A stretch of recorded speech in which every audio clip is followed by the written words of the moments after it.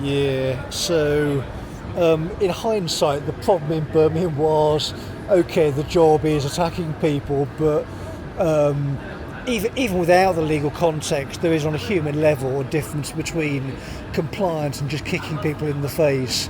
And you think about putting possession orders through in that city at the moment, would you actually do it? And it's like, well, no, not really.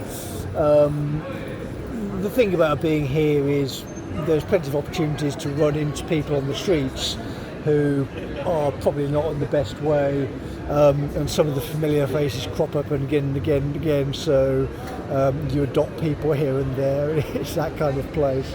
But the benefit of doing this, of course, is again, when it comes to any kind of legal proceedings, you have a terrible, I don't know, day or something, then you walk out into the street and bounce into one of the many people you've come across over the past few months, and just the rage comes instantly back into your soul. You just want to tear their heads off again.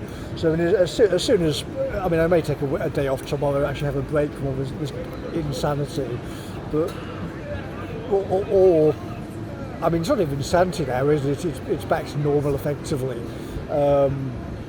We're now in such a good position that you can just tear them apart daily.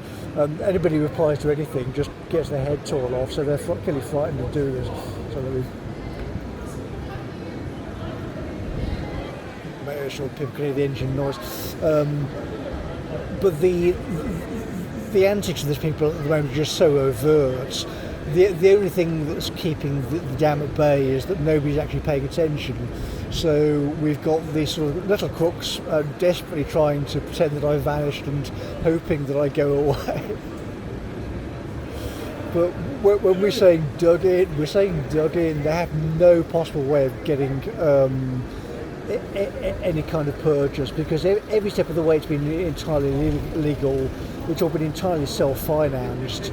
The only help, as I say, I've got is document transfers, basically getting the car moved up north. Other than that, it's just been totally solo the entire way. And it's just the connections we've got when people start actually looking at the problem are so good that, again, I don't have to do anything at all. I can sit here with the stuff in the database and wait for the people to point it out.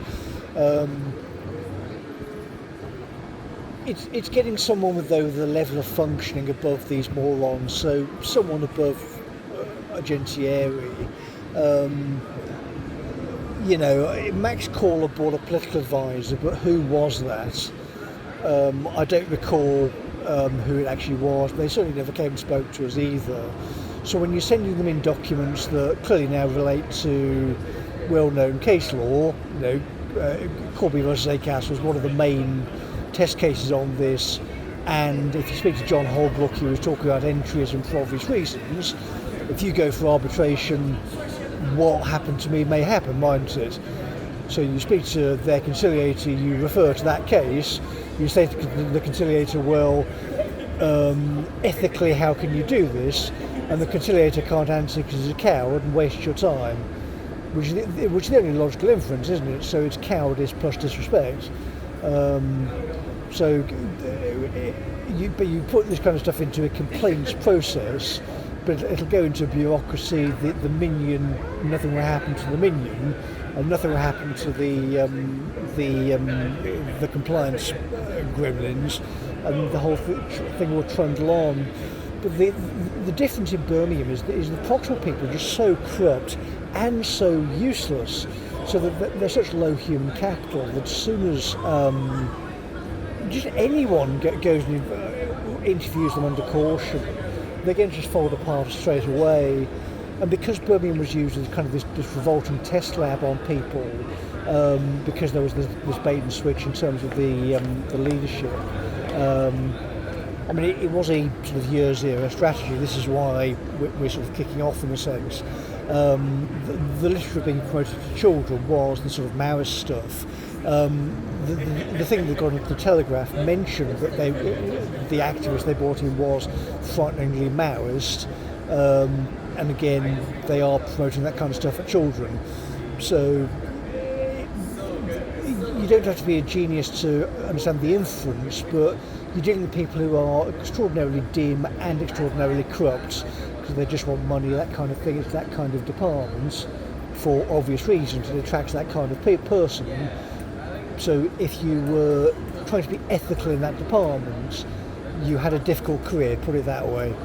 But we've managed 17 years of it. We've caught them on the hop, clearly, because they were still fucking about with neurology and cannabis.